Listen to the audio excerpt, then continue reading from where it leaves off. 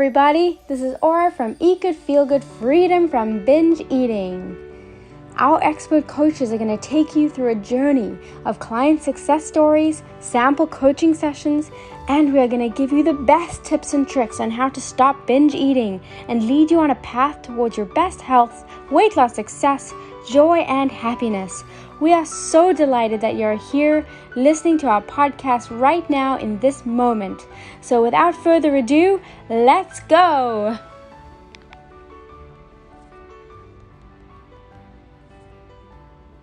Really concentrating on this week was noticing when I have the sugar cravings, which is pretty much all the time. And yes, I just added you. Perfect. Oh, good. Oh, Cougar mom. My son played football for the Washington State Cougars. Wow. What it means. Okay. But yeah, so I found that if I have, it's going to obviously take a while, and I've attempted this challenge before, is that if I have anything around me or if I purchase something that is sugar, I mean, might as well write it off. Like, I'll have the whole thing. I'm not a, take 3 Smarties a day person. No, none of us are. That's why we're in this group with binge eating disorders. Yeah. Food addiction. Best for me, just while I get a little, figured out things, that I just stay away from it. So I was scrambling, looking around one night, and I found like an old stale something or other, and I had that. It was wrapped. It was like a little chocolate. And maybe a couple of other things, but not anywhere near what I normally do. Like, it wouldn't be unusual for me to pretty much purchase something every day that is a sugary treat. So I didn't have that, and I do struggle with it, and I'm going to keep coming back to the same thing. I think I've pinpointed what my issue is, and that is I want to value myself enough to take care of this temple that I was blessed to take care of. Mm-hmm. I asked my sister, and she's not the best one for me to have. You there? Yeah. Have really the conversation with per se, because she doesn't get it. Like, she doesn't get what I struggle with. Mm-hmm. But I just asked her once before, because she's like an elite athlete, traveled all over and stuff with her sport, and she's in like perfect condition and all this stuff. And I've asked her before, and she said, well, why wouldn't you? I don't understand anybody not taking care of their body. Like, that is just, I don't get it. She said, you were given your body and it's your job to take care of it. Mm-hmm. And even though, she's appears to be a little bit flippant about it, it's only because she doesn't get it in her world of athletes, that's who they are, right? And I thought, yeah, you know what? You're right. But I don't know where that comes from. And so that's my job, is to stop the negative self-talk. And I do want and deserve to treat my body in a more healthy way.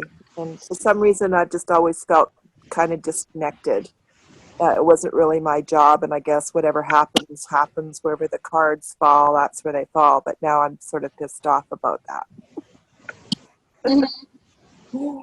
Oh, yeah. And, you're a lot more powerful than you think. I'm hoping to find that, or I don't feel it sometimes. Like, it's okay. Even powerful people have moments where they don't feel powerful. Yeah. Like, and I think a big one for me too is I struggle with, I have this back and forth thing. I struggle a little bit with loneliness, but on the other hand, I don't like being around other people either. And yet I can really fake it. Like, if other people that know me and the friends would describe me as being oh so friendly and supportive and just, just a really good friend. I know how to be a good friend. But for the most part, like if I could be in the mountains in the snow with my dog, that's feeling right now. I don't want that, but it's feeling like right now that would be okay. And I think part of it is feeling the shame of the neglect that I've shown myself. That Yeah. it feels shameful, like I just want to hide. Mhm. Yeah. Keep telling me more about that. Pardon me?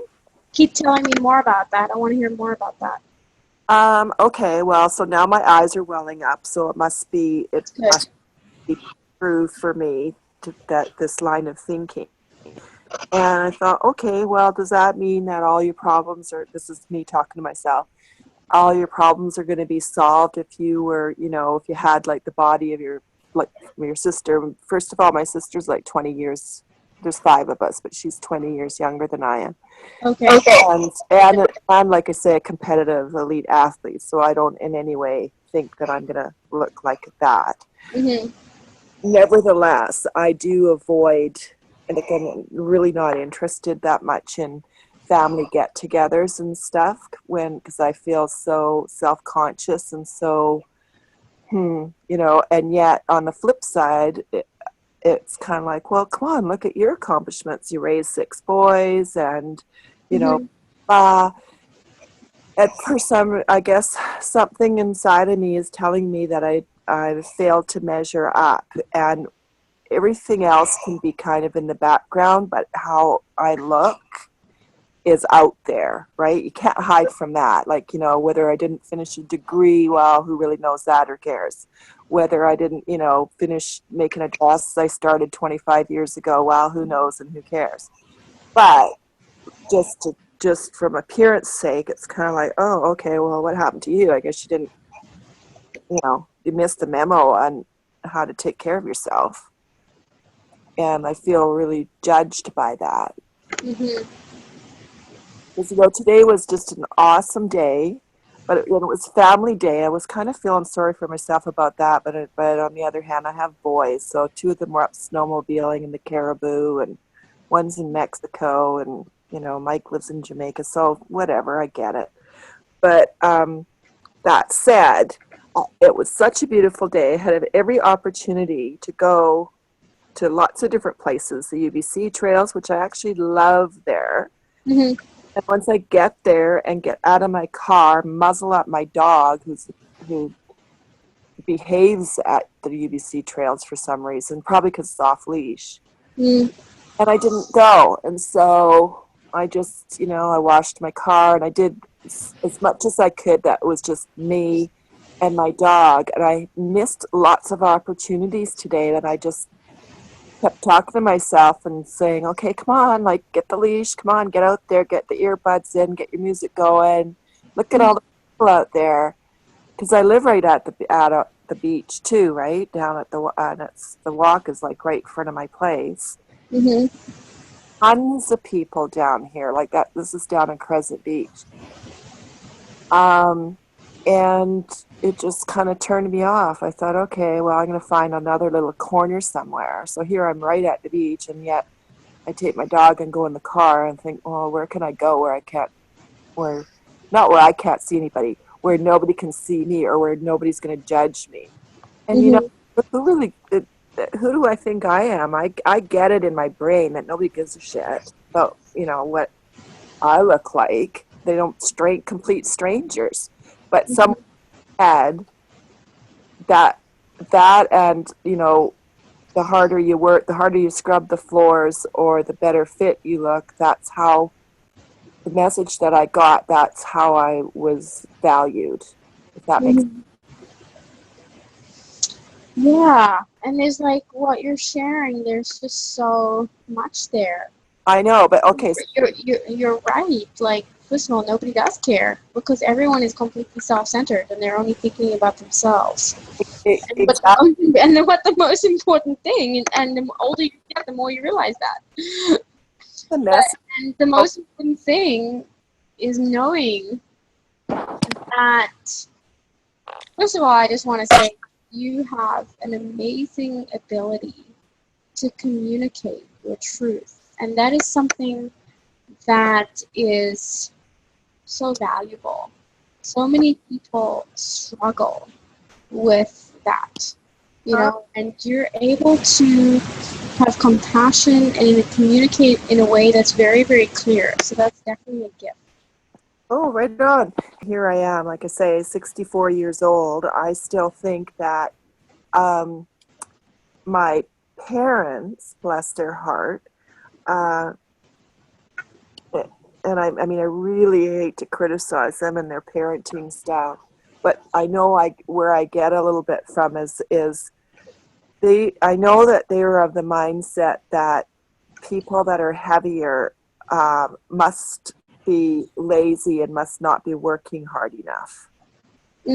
Otherwise, why would you be, right? And because it was so important in our family to be hardworking, then it makes me really feel uncomfortable. Like my mom now, who's 86, and she's pretty spry and, and has her marbles and stuff. And she'll even say sometimes in front of people, well, it'd be so nice when Regina can get off of those antidepressants because, it makes you gain a lot of weight, Not that much. And doesn't matter if that's how she wants to. I gained weight by putting, unhealthy foods in my mouth, period. I think that you're really hard on yourself. Like you judge yourself you're right on it. It's because your parents are very judgmental people. And that comes from their parents, it comes from their parents, and it comes from insecurity. Yeah. And you're upset about your marriage failing and this and that. Well, guess 80% of people get divorced. 80% of people have affairs. Yeah. It sucks. But when it happens to you and you feel like you're the only one, that's the ego. That's the ego making you feel like you're not good enough. That's the ego making you feel like other people are looking at you, calling you fat. That's the ego telling you lies to keep you down, to keep you from changing, and to keep you from feeling good about yourself. And I actually shared a video on this. This is the Facebook page that I have for the participants in the Freedom from Emotional Eating. And I want you to watch this video. It's me. That with the girl with the long hair? That's me. Oh, that's you. Oh, there you. Okay, and you're doing the video. Oh, look at you. Can you hear what I'm saying? Just a minute. Your heart is a little bit more open and that you're ready to embark on your journey of healing from freedom from binge eating. If you'd like support, help, and coaching from one of our expert coaches, please go to EatGoodFeelGood.ca and sign up for one of our amazing coaching programs to help you personally on your journey, grow, transform, and become the best version of you. Live your happiest life. Love you guys. Bye.